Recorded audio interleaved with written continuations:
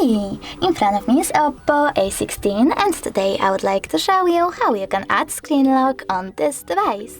Firstly, go into settings. Now you need to scroll down, select password and biometrics, click on set lock screen password over here, wait 5 seconds and click continue in the pop-up. Sorry, oh, a lot of misclicks.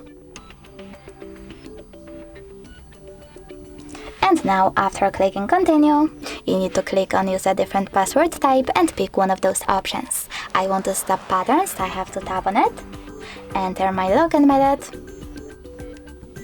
and repeat it. If you wish to add your fingerprint, you can do that by tapping on add and following the instructions. I don't want to, so I will click on home button, and now when I turn off my screen and then turn it back on, I can see that pattern is now required. Thanks so much for watching. If you enjoyed this video, leave a like, comment and subscribe. Bye!